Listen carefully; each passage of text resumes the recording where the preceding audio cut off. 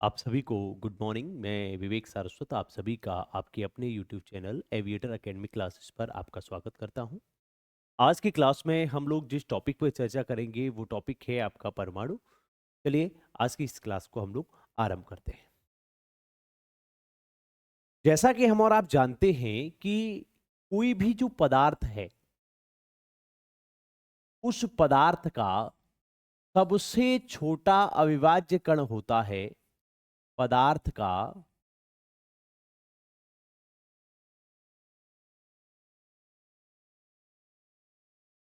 सबसे छोटा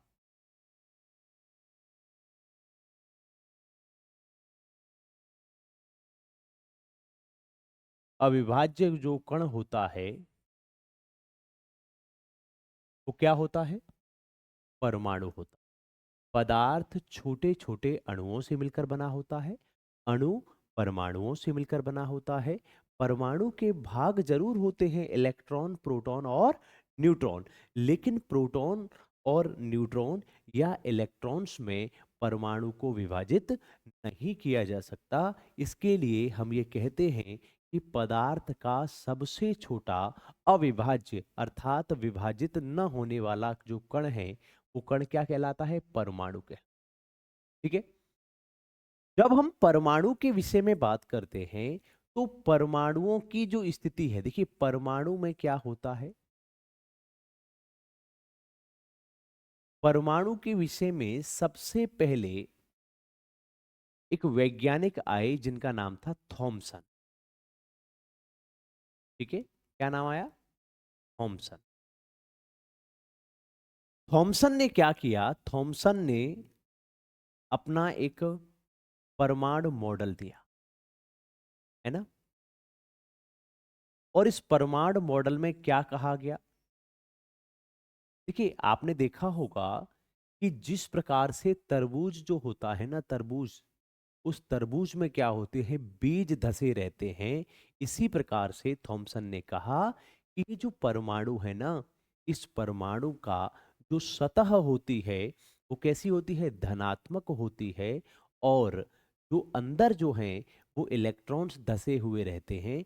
इस प्रकार से अगर हम लोग देखेंगे कि जो परमाणु है वो परमाणु का जो आवेश है वो आवेश कैसा होता है? ये आवेश रहित हो जाता है, क्योंकि पॉजिटिव और नेगेटिव दोनों मिलकर क्या हो गया? आवेश। ठीक है। अच्छा जी, अब देखिएगा, सबसे पहले अगर हम लोग बात करें तो ये एक छोटा सा जानकारी थी आपको।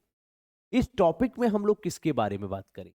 इस टॉपिक में हम लोग बात करेंगे रदरफोर्ड के बारे में।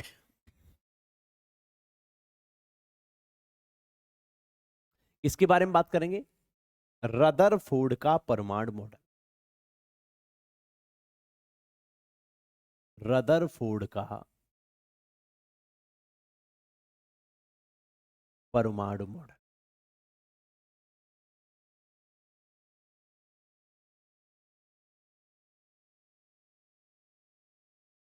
सबसे पहले अगर हम लोग बात करें तो सन 1911 ईस्वी में रदरफोर्ड ने क्या किया?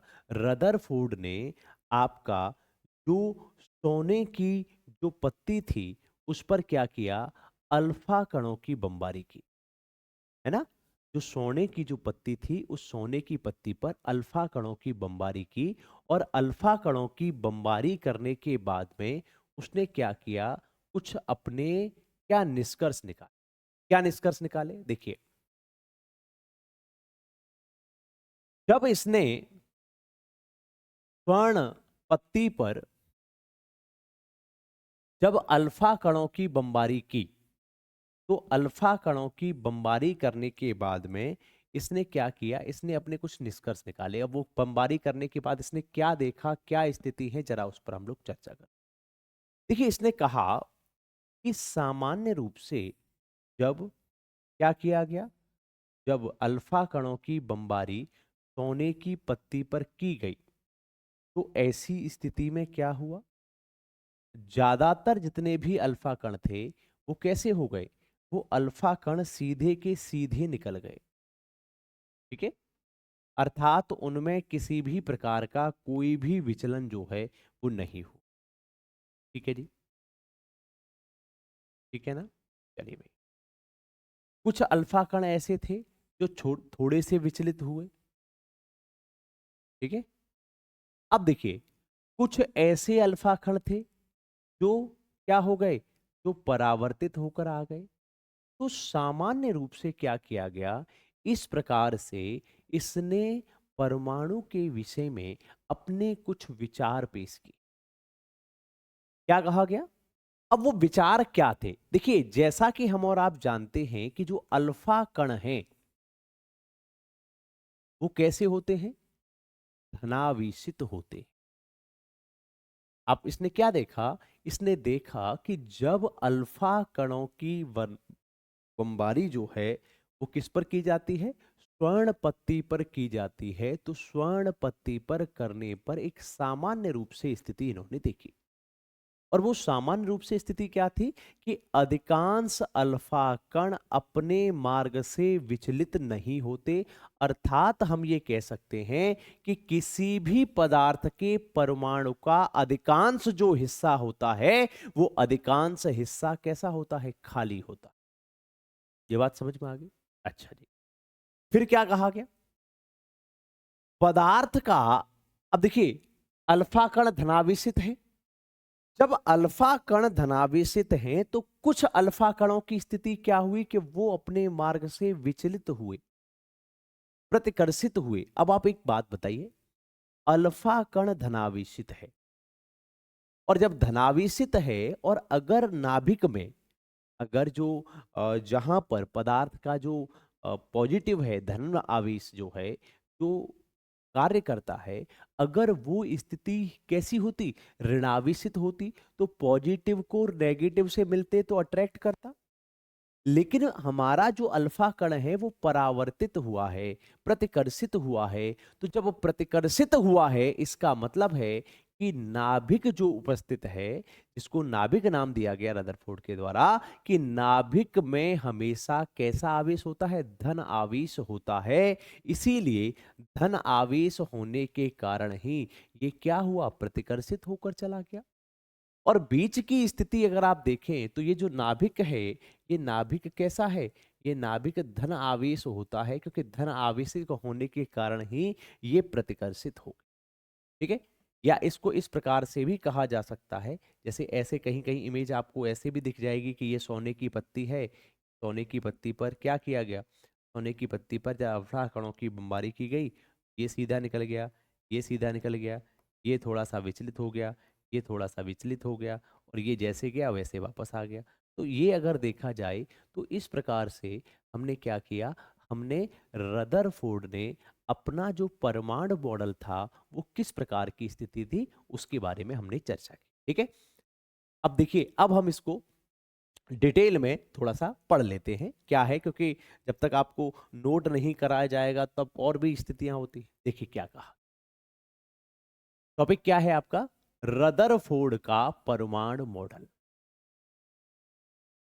रदरफोर्ड का,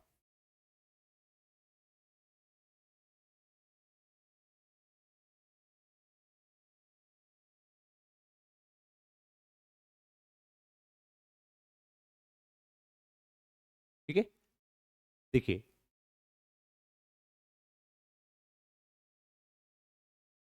सन 1911 ईस्वी में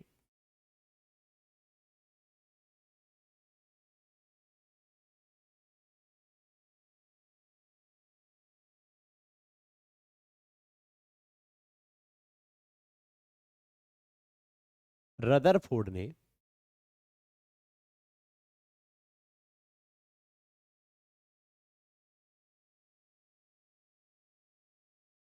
परमाणु संरचना के विषय में, की नहीं, के विषय में क्या किया गया? सन 1911 ईस्वी में रदरफोर्ड ने परमाणु संरचना के विषय में जानकारी हेतु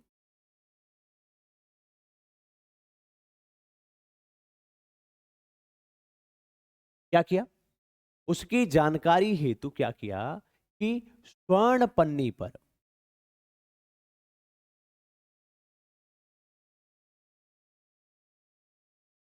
अल्फा कणों की बमबारी।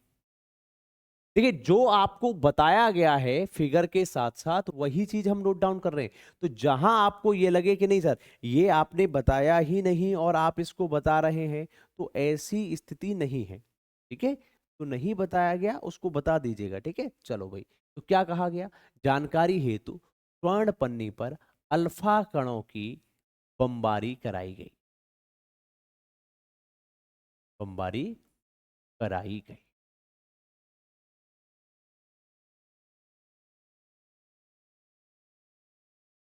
ठीक है, अब ये जो अल्फा कण थे, इन अल्फा कणों की जो गतिज ऊर्जा थी, वो गतिज ऊर्जा क्या है, अधिक थी। अच्छा जी, जब अल्फा कणों की बमबारी की कराई गई, है ना, इस प्रयोग के द्वारा, इस प्रयोग में यह पाया गया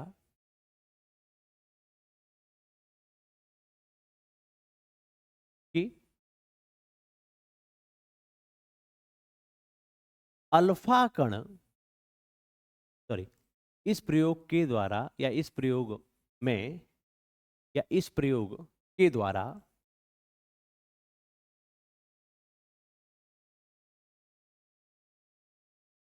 रदरफोर्ड ने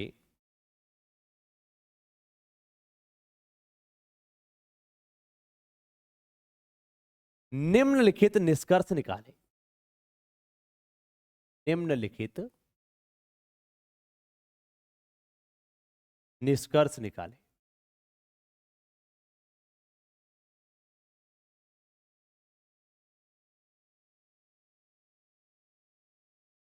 भाई, रदरफोर्ड ने जब अपना परमाणु मॉडल प्रस्तुत किया तो परमाणु मॉडल के आधार पर इसने कई प्रयोग किए।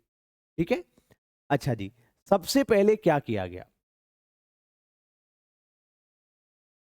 सबसे पहले क्या किया गया, अल्फा कणों की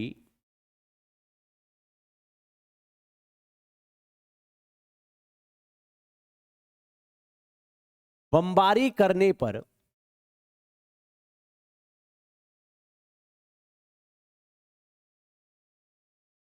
यह देखा गया, क्या देखा गया था, कि अधिकांश अल्फा कण, क्या, अधिकांश अल्फा कण, चित्र को देख लीजिए, अधिकांश अल्फा कण क्या है, सीधे निकल गए, है ना। अधिकांश अल्फा कण कैसे निकल गए, सीधे निकल गए।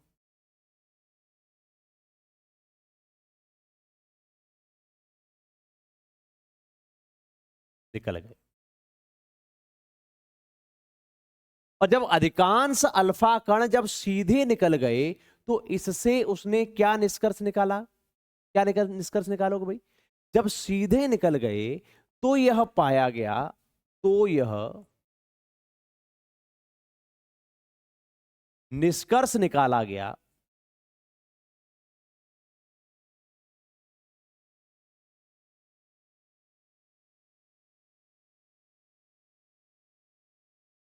कि, क्या निष्कर्ष निकाला गया, सीधे निकल क्यों रहे, सीधे इसीलिए तो निकल गए क्योंकि वहां कुछ है ही नहीं।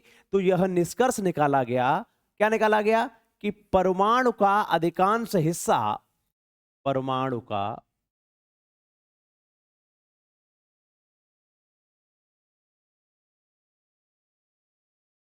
अधिकांश हिस्सा, किसी भी परमाणु के बारे में बात करें तो किसी भी परमाणु का अधिकांश हिस्सा कैसा होता है, खोखला होता है।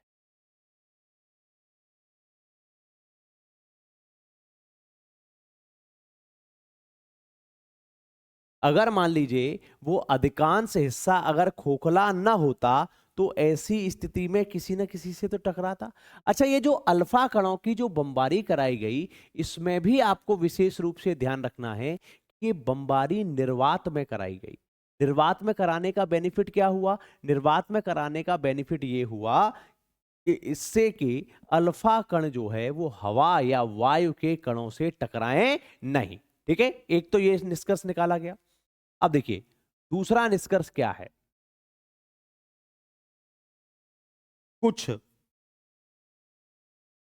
अल्फा कण अपने मार्ग से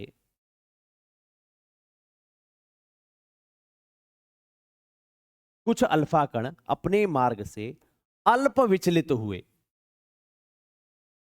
अल्प विचलित हुए।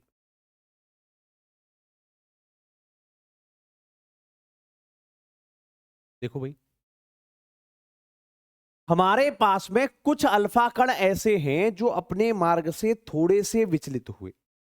ठीक है, इस पर क्या है, इस पर अगर देखा जाए तो यहां से क्या हुआ, विचलित हुए, जिससे यह निष्कर्ष, जिससे यह निष्कर्ष निकाला गया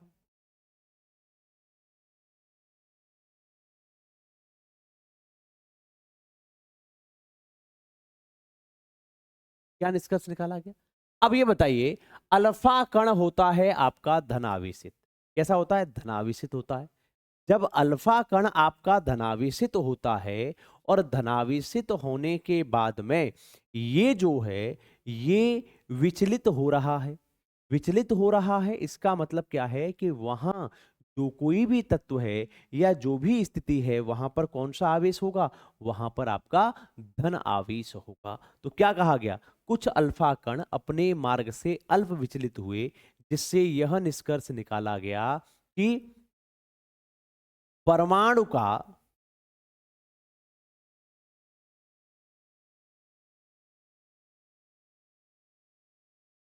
संपूर्ण धनावेश एक केंद्र पर स्थित होता है, एक केंद्र पर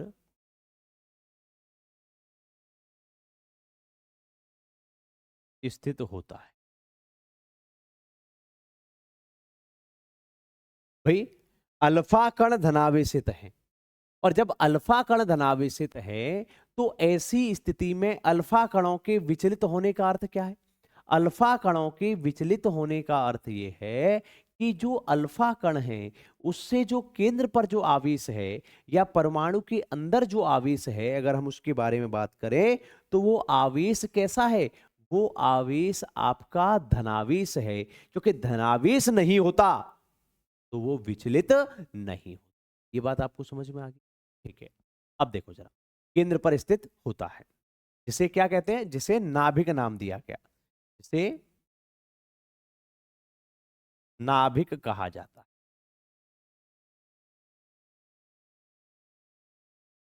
नाभिक कहा जाता है, ठीक है। अब देखिए,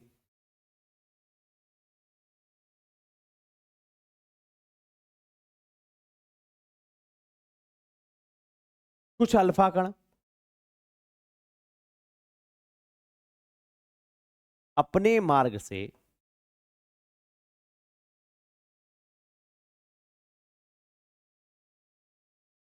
अधिक विचलित हुए।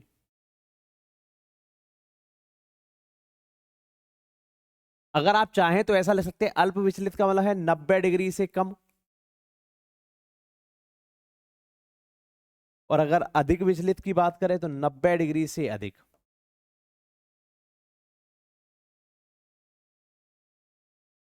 अब बताइए, जब धनावेश था तो जब धनावेश से टकराएंगे तो क्या होगा, धनावेश से टकराने के बाद में अल्फा कण क्या हो जाएंगे, विचलित हो जाएंगे और वापस लौटने की स्थिति में आएगी। तो कुछ अल्फा कण अपने मार्ग से अत्यधिक विचलित होकर हो गए, जिससे यह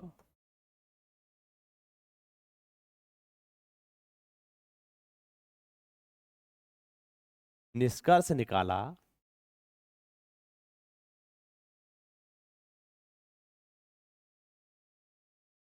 जा सकता है कि नाभिक के केंद्रीय भाग पर, सॉरी, परमाणु के, परमाणु के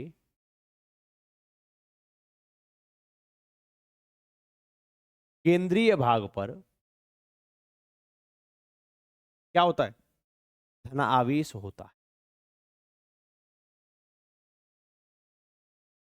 धन आवेश होता है।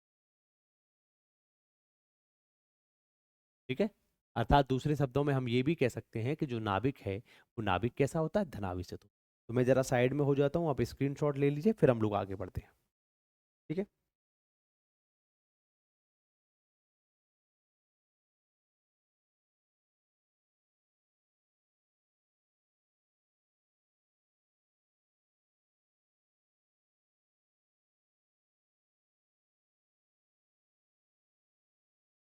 आगे बढ़े।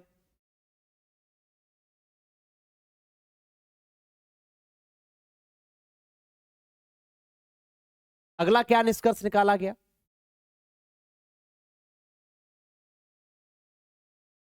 ठीक है, 3 हो गए थे। अगला क्या निष्कर्ष? 4। जब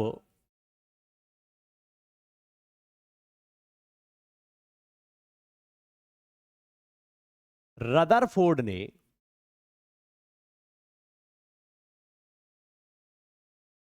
भिन्न भिन्न परमाणुओं, भिन्न भिन्न पदार्थ के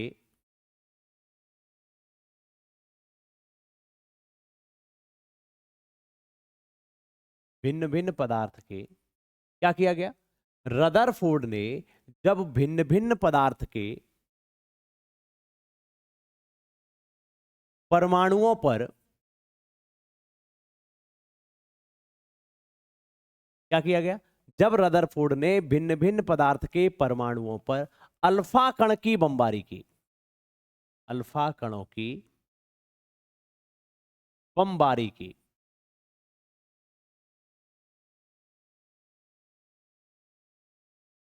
भाई जब अल्फा कणों की बमबारी की तो ये पाया, तो पाया कि निश्चित कोण पर विक्षेपित, निश्चित कोण पर विक्षेपित अर्थात अपना रास्ता भटके हुए, है ना, विक्षेपित हटने वाले, है ना, विक्षेपित कणों की संख्या अलग अलग थी, कणों की संख्या अलग अलग थी। मतलब ये नहीं है कि आपने सोने की पत्ती पर जब आप अल्फा कणों की बमबारी निकालेंगे, बमबारी करेंगे, तो जब काउंटर के द्वारा ये नापा गया तो जैसे 90 डिग्री से कम एंगल पर कुछ और जो है वो आपके कण जो है वो विचलित हुए। जब चांदी पर अल्फा कणों की बमबारी करी तो अलग कण आपके प्रतिकर्षित हुए। यदि किसी अन्य धातु पर या अधातु पर अल्फा कणों की बमबारी की गई तो यह पाया गया कि भाई उनकी विक्षेपित कणों की संख्या अलग अलग थी, जिससे यह निष्कर्ष निकाला, जिससे यह निष्कर्ष निकाला गया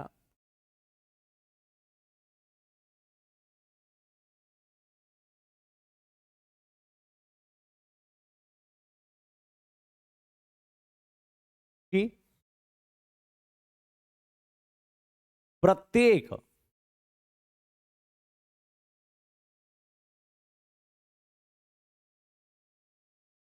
पदार्थ के परमाणु के लिए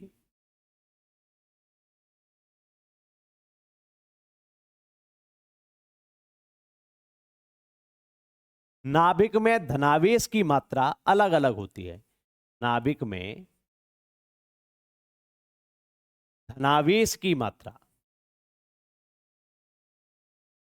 ऐसा नहीं है भाई धनावेश किसके कारण है, धनावेश होता है प्रोटॉन और न्यूट्रॉन के कारण। भाई प्रोटॉन है नाभिक में, क्या होता है, प्रोटॉन और न्यूट्रॉन ही तो पाए जाते हैं। तो जो धनावेश है उस धनावेश की संख्या अगर अलग अलग होगी तो इसका मतलब इनडायरेक्टली ये हो गया कि प्रोटॉन्स की संख्या भी वेरी करती है।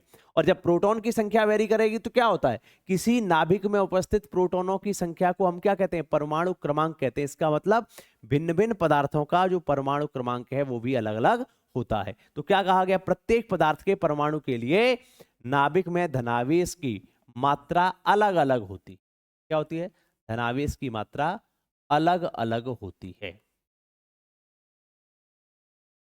ठीक है। ये बात क्लियर हो गई। और क्या निर्णय निकाला? देखिए, जैसा कि हम और आप जानते हैं, हमारे पास में जो बल निकालने के लिए है, बल निकालने के लिए फॉर्मूला क्या है? कूलाम्स लॉ है। जब कूलाम्स लॉ के बारे में बात करते हैं तो कूलाम्स लॉ में अगर आपने देखा होगा तो क्या होता है, मैं जरा कूलाम्स लॉ पे बात कर लूं। कूलाम्स लॉ क्या कहता है?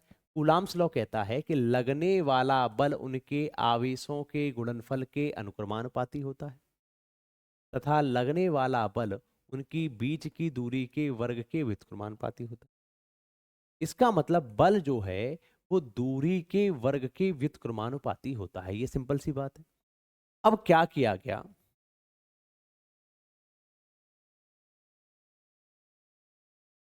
देखिए जरा, रदरफोर्ड के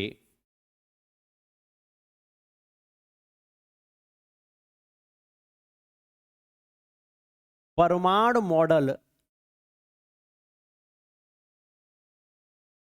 के द्वारा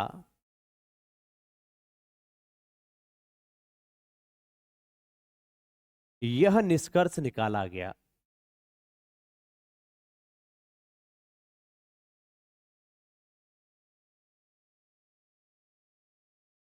क्या निष्कर्ष निकाला गया कि अल्फा कण पर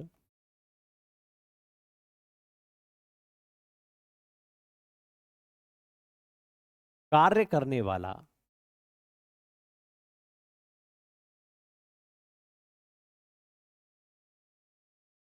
कौन सा बल? भाई आकर्षण बल तो लगेगा नहीं, क्योंकि अल्फा कण धनावेशित है और नाभिक भी धनावेशित है।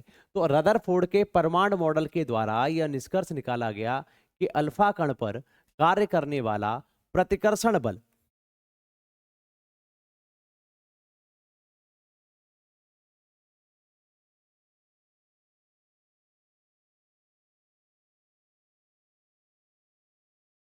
प्रतिकर्षण बल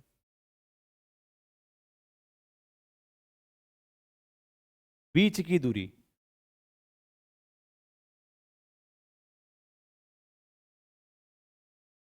या नाभिक से दूरी के वर्ग के व्युत्क्रमानुपाती होती है।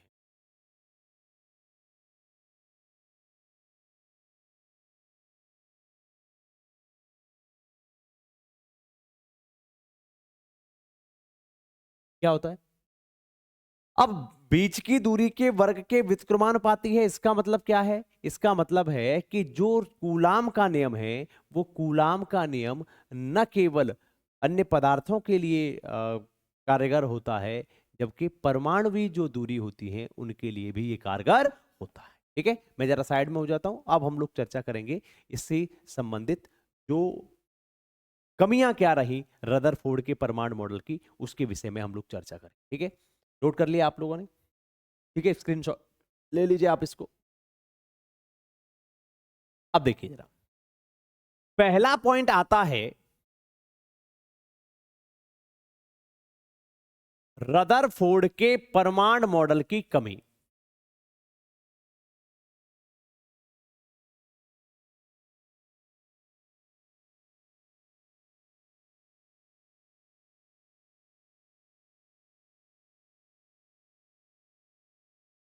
रदरफोर्ड के परमाणु मॉडल की अगर हम कमियों के विषय में बात करें तो सबसे पहली कमी होती है नाभिक का स्थायीपन या नाभिक का स्थायित्व।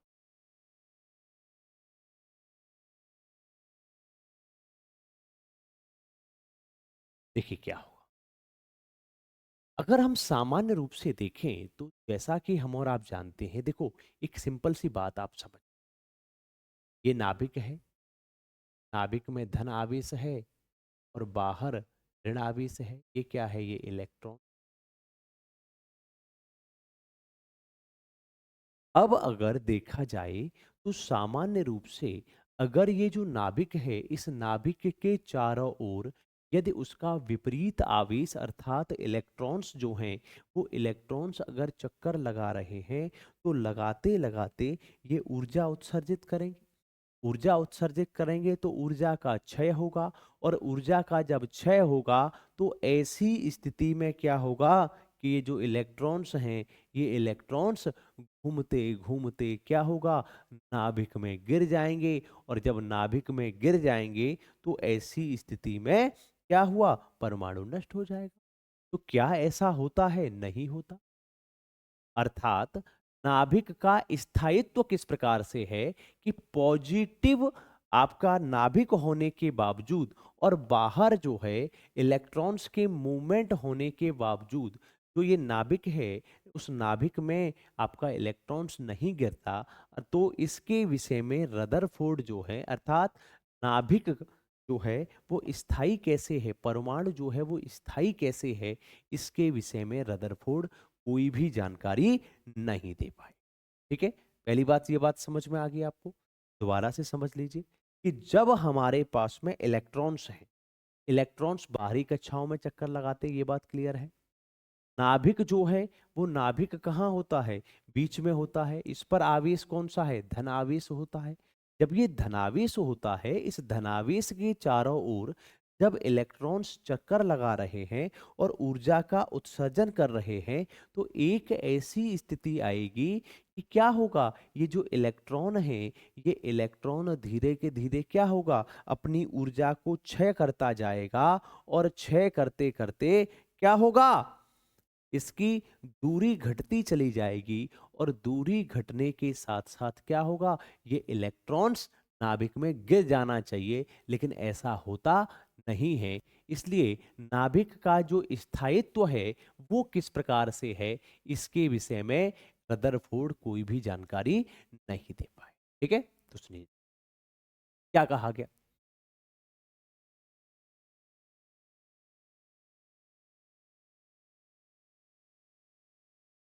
क्या कहेंगे? रदरफोर्ड का परमाणु मॉडल,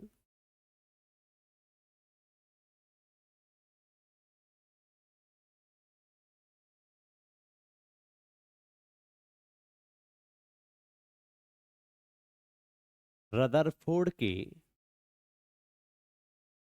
परमाणु मॉडल के अनुसार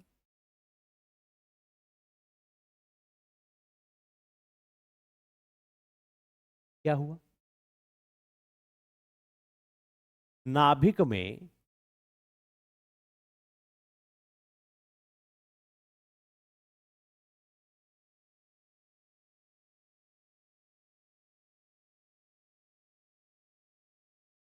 धनावेश होता है। भाई रदरफोर्ड का परमाणु मॉडल ने ये बात तो क्लियर कर दी कि जो नाभिक है, नाभिक में क्या होता है, धनावेश होता है। तथा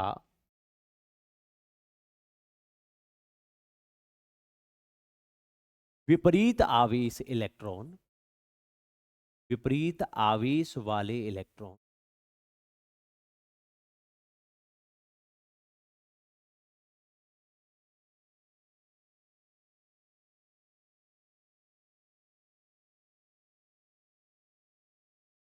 क्या कहा गया, विपरीत आवेश वाले इलेक्ट्रॉन इसके चारों ओर चक्कर लगाते।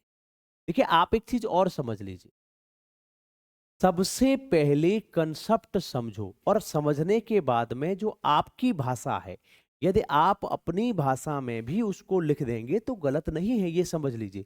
रटना नहीं है, है ना। रट रट के है टैंकर फुल और आंखें बंद तो डब्बा गुल, ऐसा नहीं होना चाहिए कि रट के बैठे हैं।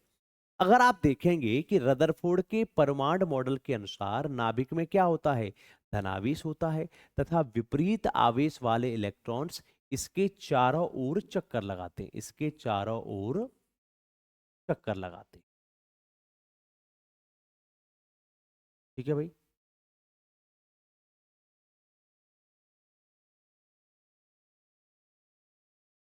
अब जब चारों ओर चक्कर लगा रहे हैं तो ऐसी स्थिति में हमारे पास स्थिति क्या है कि भाई ये चक्कर जब लगा रहे हैं तो इससे क्या होगा, इलेक्ट्रॉन्स से आपकी ऊर्जा जो है उत्सर्जित होनी चाहिए, है ना।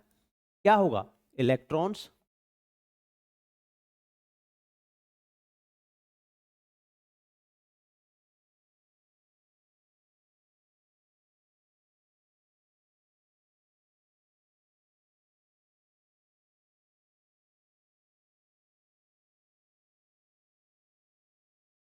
इलेक्ट्रॉन्स लगातार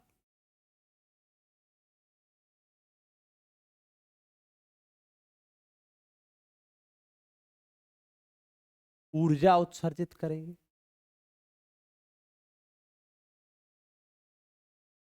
है ना?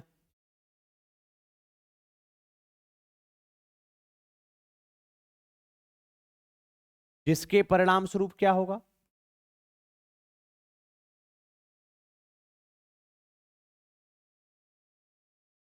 क्या होगा? ऊर्जा का क्षय होगा।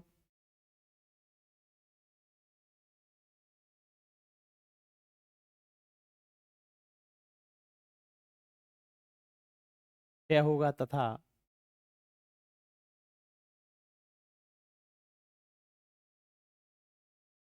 इलेक्ट्रॉन और नाभिक के बीच इलेक्ट्रॉन्स एवं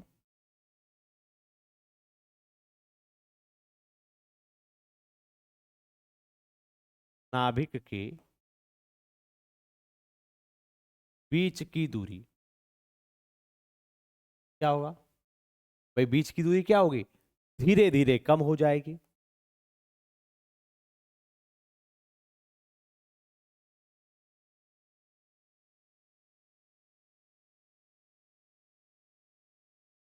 तथा इलेक्ट्रॉन क्या होगा? नाभिक में गिर जाना चाहिए। इलेक्ट्रॉन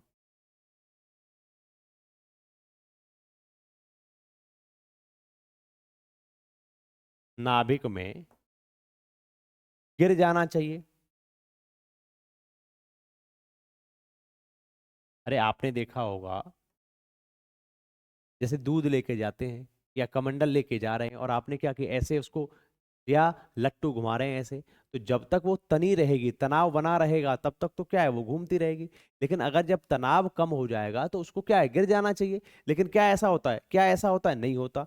है ना? इसके विषय में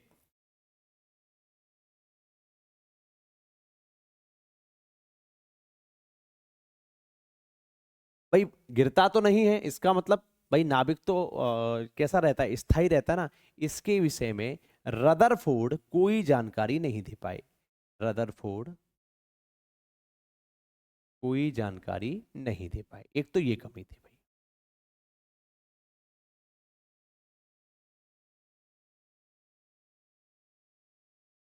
ठीक है, तो सबसे पहली कमी तो ये थी। मैं साइड में हो लेता हूं, आप इसका स्क्रीनशॉट ले लीजिए।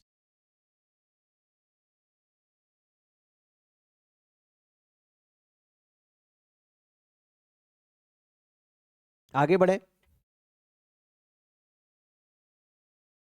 बताओ भाई।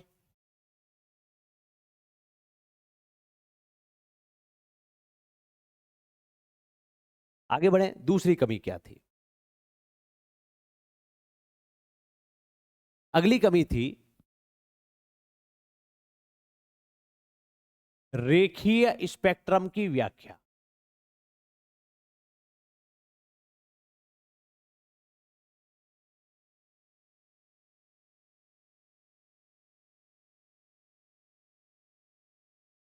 देखिए, सबसे पहले हम फिर इस पर चर्चा कर लेते हैं। क्या कहा गया कि रदरफोर्ड का जो परमाणु मॉडल था, ये नाभिक कैसे स्थायी है, इसके विषय में रदरफोर्ड का परमाणु मॉडल किसी प्रकार की जानकारी नहीं दे पाया। क्यों? एक सिंपल सा प्रश्न है कि भाई रदरफोर्ड का परमाणु मॉडल क्या कहता है कि परमाणु का जो नाभिक होता है, वो नाभिक कैसा होता है? धनावेशित होता है। परमाणु में बाहरी कक्षाओं में कौन चक्कर लगाते हैं? इलेक्ट्रॉन्स चक्कर लगाते हैं। तो जब इलेक्ट्रॉन्स चक्कर लगा रहे हैं, तो चक्कर लगाते लगाते क्या होगा, वो ऊर्जा का उत्सर्जन कर रहे हैं। तो धीरे धीरे ऊर्जा समाप्त होगी कि नहीं होगी? जब धीरे धीरे ऊर्जा समाप्त होगी तो क्या होगा कि जो नाभिक है, उस नाभिक में इलेक्ट्रॉन को गिर जाना चाहिए, लेकिन गिरता नहीं है। तो ऐसा क्यों नहीं होता? इसके विषय में रदरफोर्ड किसी भी प्रकार की जानकारी नहीं दे पाए। ठीक है, पहली बात। दूसरा है कि ये जो रेखीय स्पेक्ट्रम है, इसके विषय में अगर हम लोग देखेंगे तो इसके विषय में रदरफोर्ड कोई भी जानकारी नहीं दे। अब रेखीय स्पेक्ट्रम की स्थिति क्या है, जरा उस पर हम लोग चर्चा करें। देखो क्या हुआ।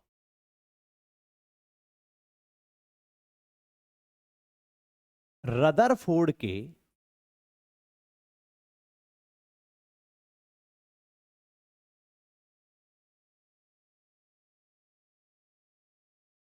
परमाणु मॉडल के अनुसार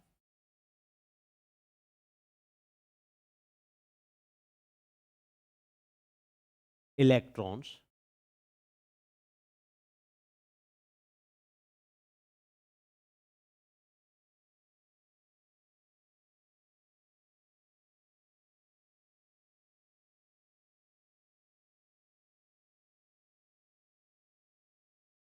विभिन्न त्रिज्याओं के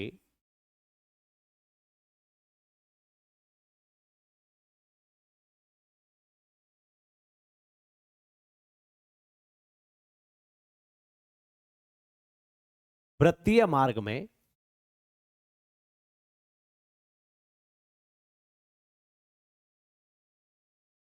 घूम सकते हैं, है ना। अच्छा, क्या होगा?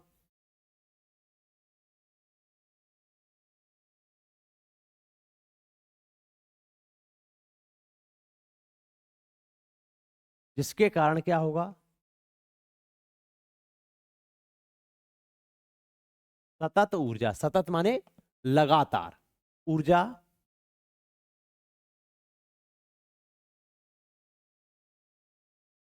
उत्सर्जित होनी चाहिए,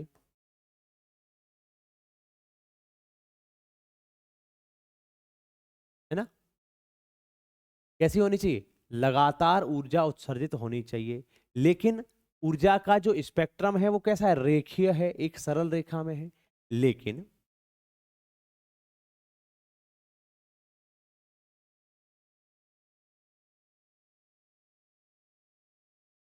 परमाणु की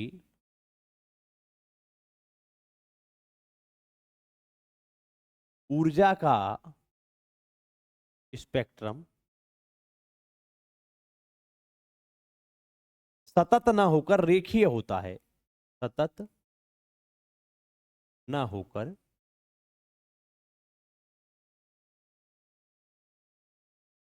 रेखीय होता। अब जब रेखीय होता है तो ऐसा क्यों होता है, इसके विषय में भी रदरफोर्ड क्या ना कर पाए, रदरफोर्ड जानकारी नहीं दे पाए।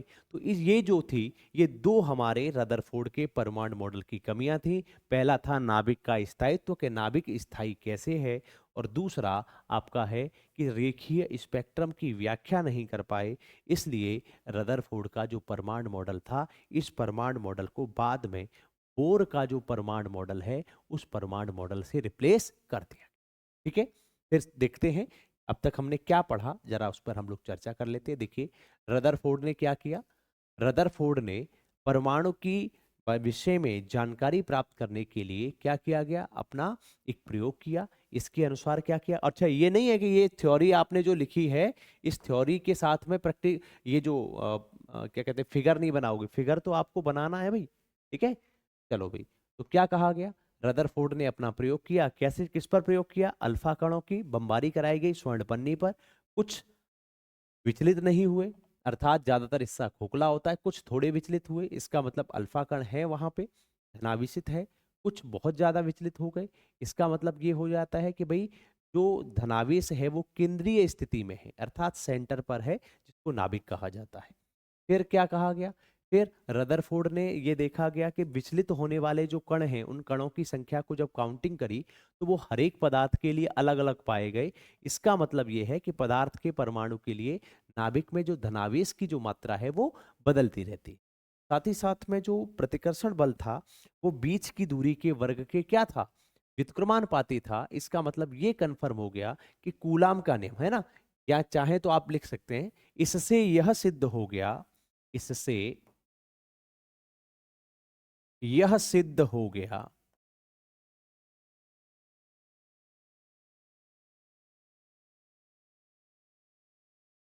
यह सिद्ध हो गया कि कूलाम का नियम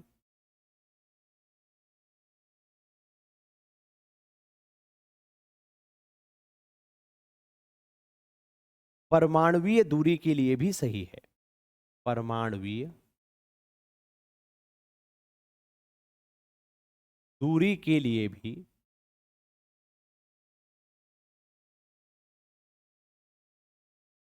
वैध है। ठीक है, फिर उसके बाद में आया कि कमियां क्या थी, नाभिक किस प्रकार से स्थायी है, इसके विषय में कोई जानकारी नहीं दे पाए, और सतत स्पेक्ट्रम के बारे में भी कोई जानकारी नहीं दे। ठीक है, तो चलिए यहीं पर हम आज की इस क्लास को समाप्त करते हैं। अगली क्लास में बोर के परमाणु मॉडल के साथ में हम आप लोगों से फिर मिलेंगे। Thank you.